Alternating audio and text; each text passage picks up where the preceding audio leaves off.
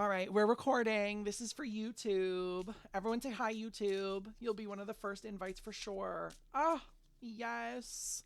All of the girlies road tripping for Farrell's wedding is going to be amazing. All right, let's take my glasses off. I'm taking my eyes off, everyone.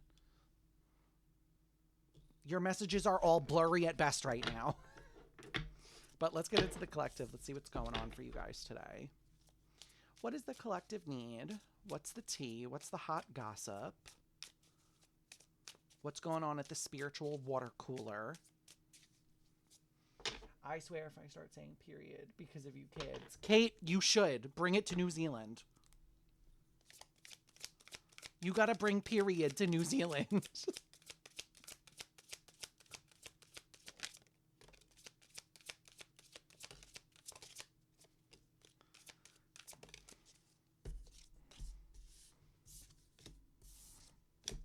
Oh my god, I already know what we're talking about. Okay, cool.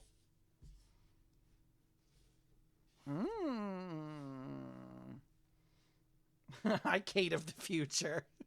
Kate is 16 hours ahead of us, everyone. So she knows exactly what's going to happen because she's from the future.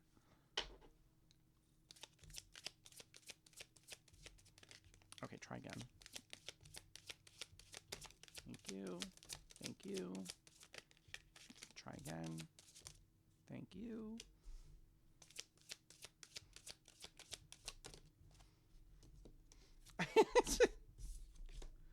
Kate said, I am alive, so let's all remember that.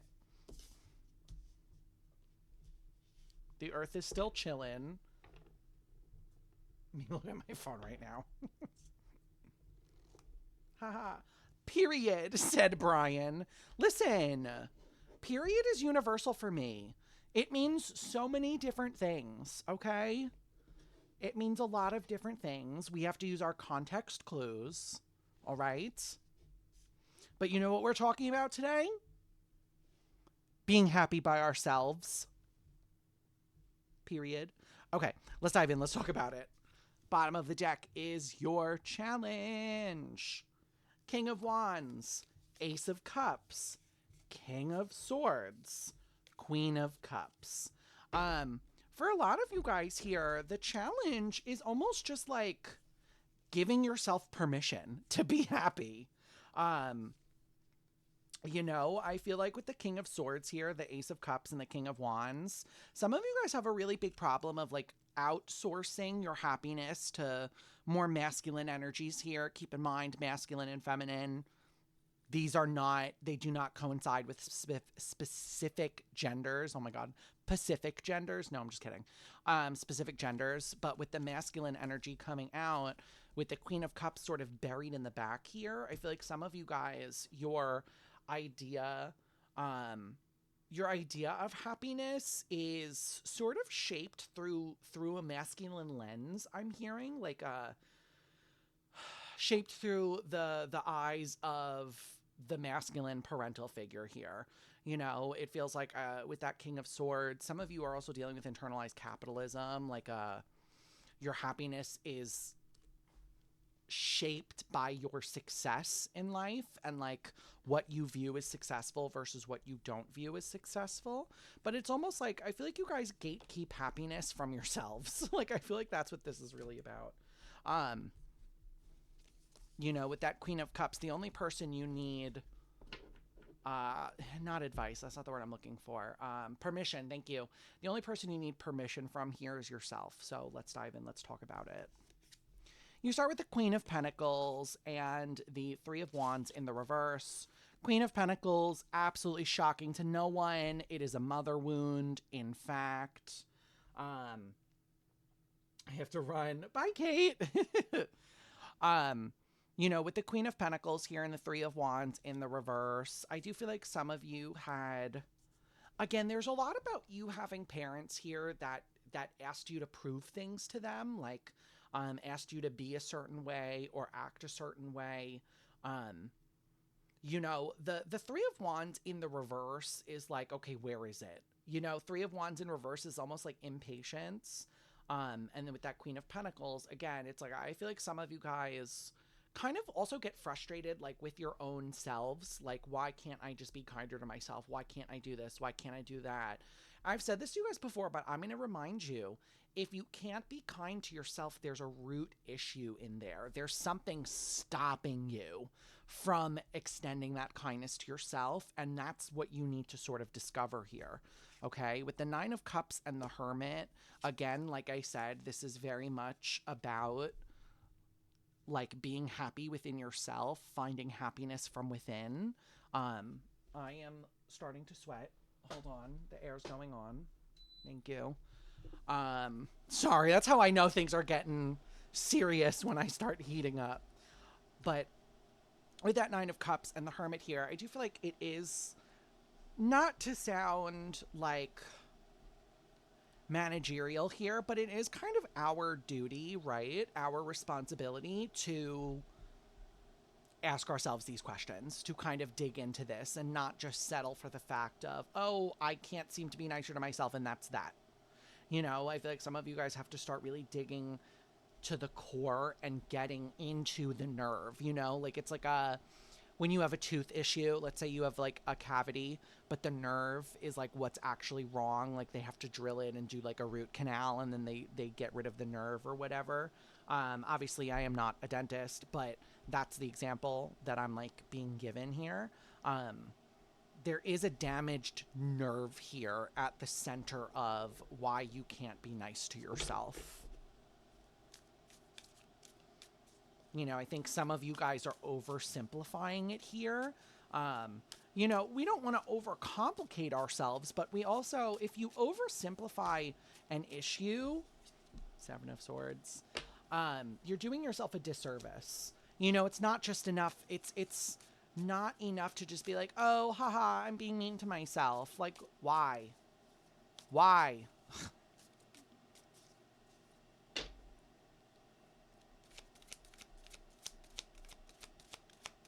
Oh, well, period, Tara. Then they're really coming for you.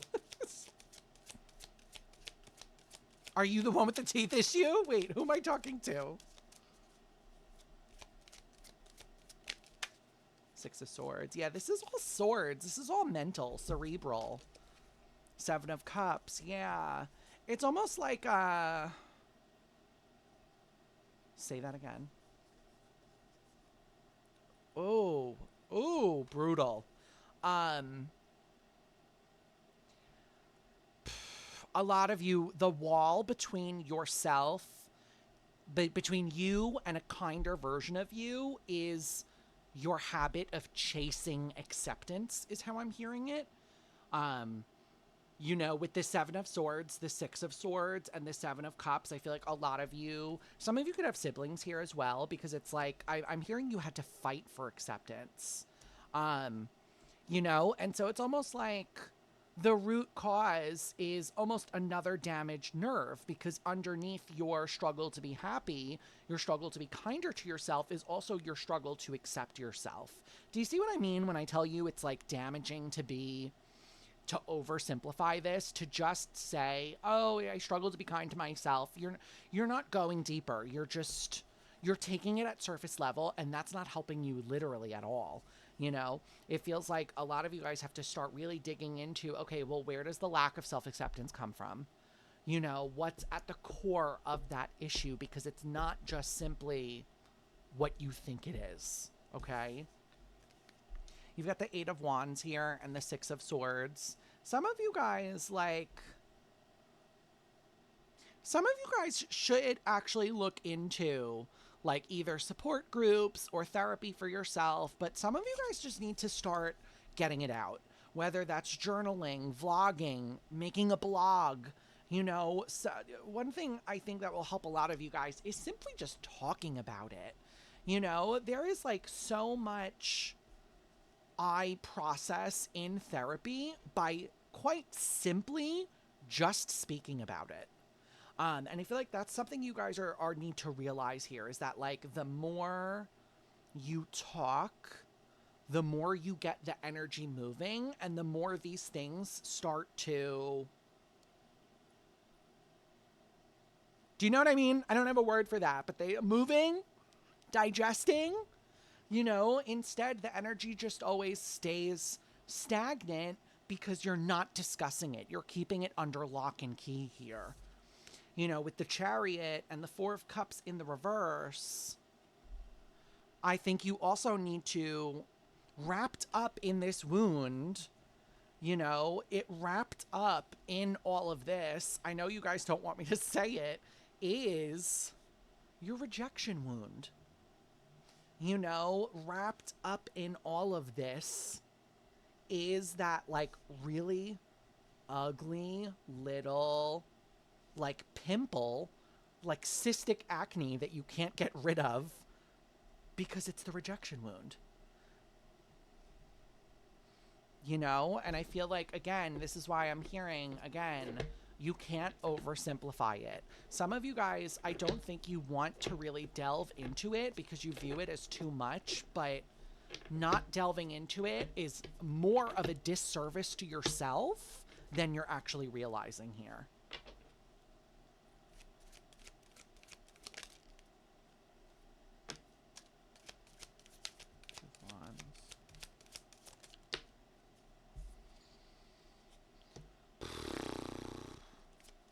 The Empress? Really? And the Eight of Pentacles.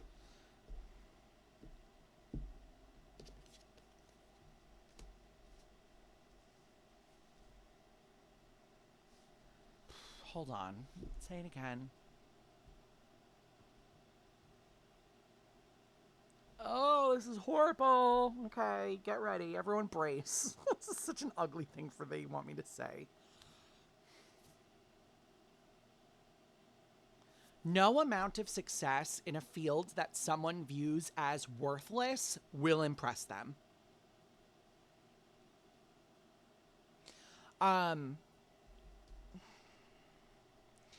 For a lot of you, it's the mother figure.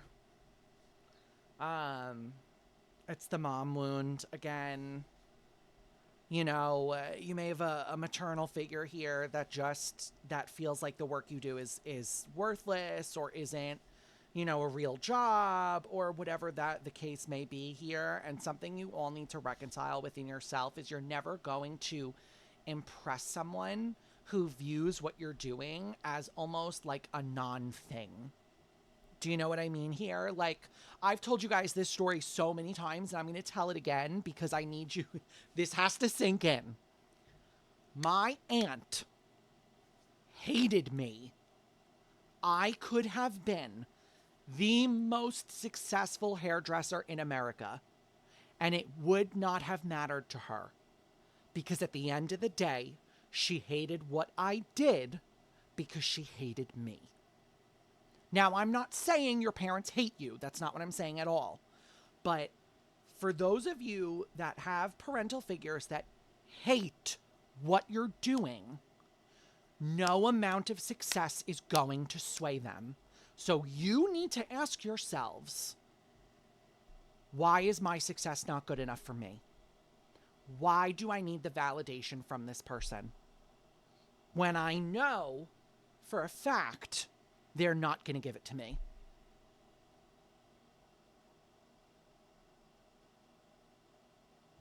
Okay? With the Two of Wands, the Empress, and the Eight of Pentacles, you guys need to start defining things for yourselves.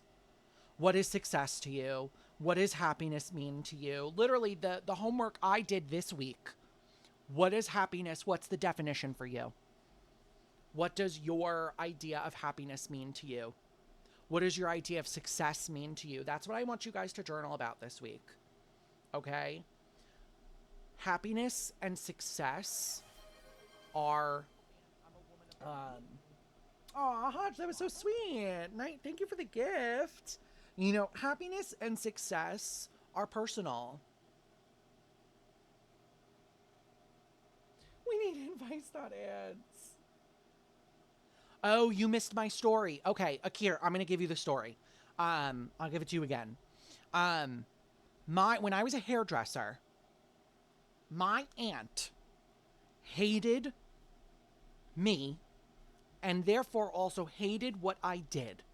I could have been the most successful hairdresser in America, and it would not have done anything because she inherently hated what I was doing. Now, I'm not saying your parents hate you, okay? But if your parents hate what you're doing, no amount of you trying to show off or prove that you're worthy to them will make them see that, will make them receptive to it, okay?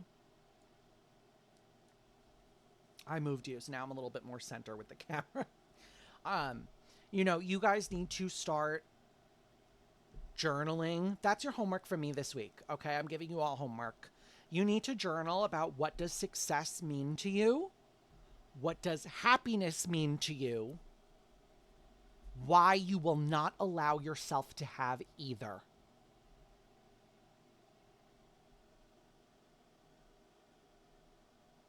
You heard me. What is success to you? What is happiness to you? Why will I not allow myself to have either of them?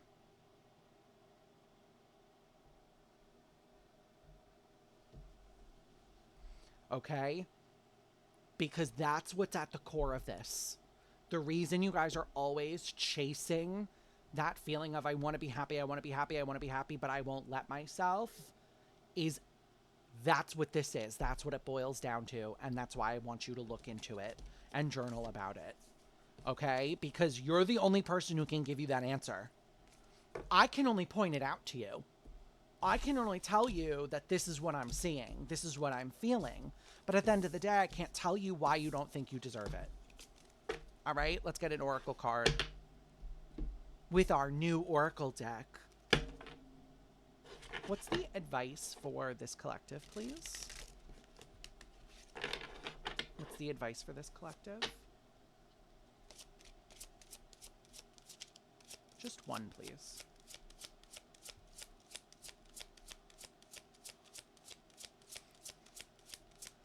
Autumn, here we come. I'm so excited for the colder weather. Okay, why y'all not giving me a card? Thank you. Wait, what was that one? I just missed it.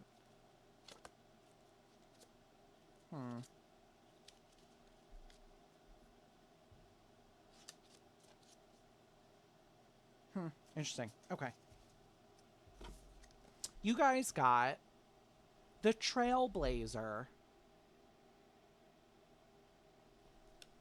The Trailblazer. It is number 16.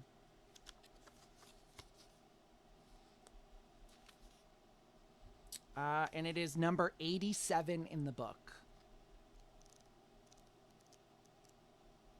Okay. This is a pioneering moment. In order to chart where you're going and empower the path making, you must know your place. Only when you know your deservedness and embody your inherent value can you move with the confidence and radiance required to create your own path.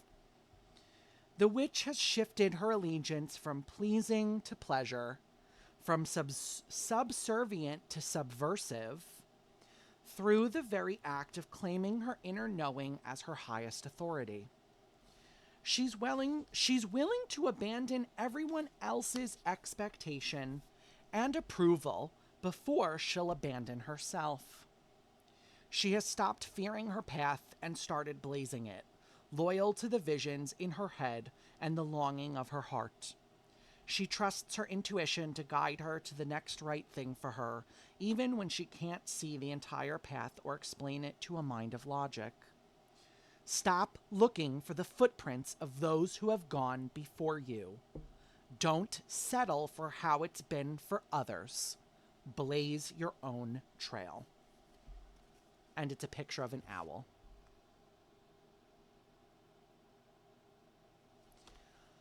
All right, y'all. I'm leaving that there for you. I think you all got a lot to think about this week. I think there's a lot to journal about and a lot to be thought about and a lot to be discussed amongst yourselves. So I leave you with this. If you're watching this on YouTube, consider liking and subscribing.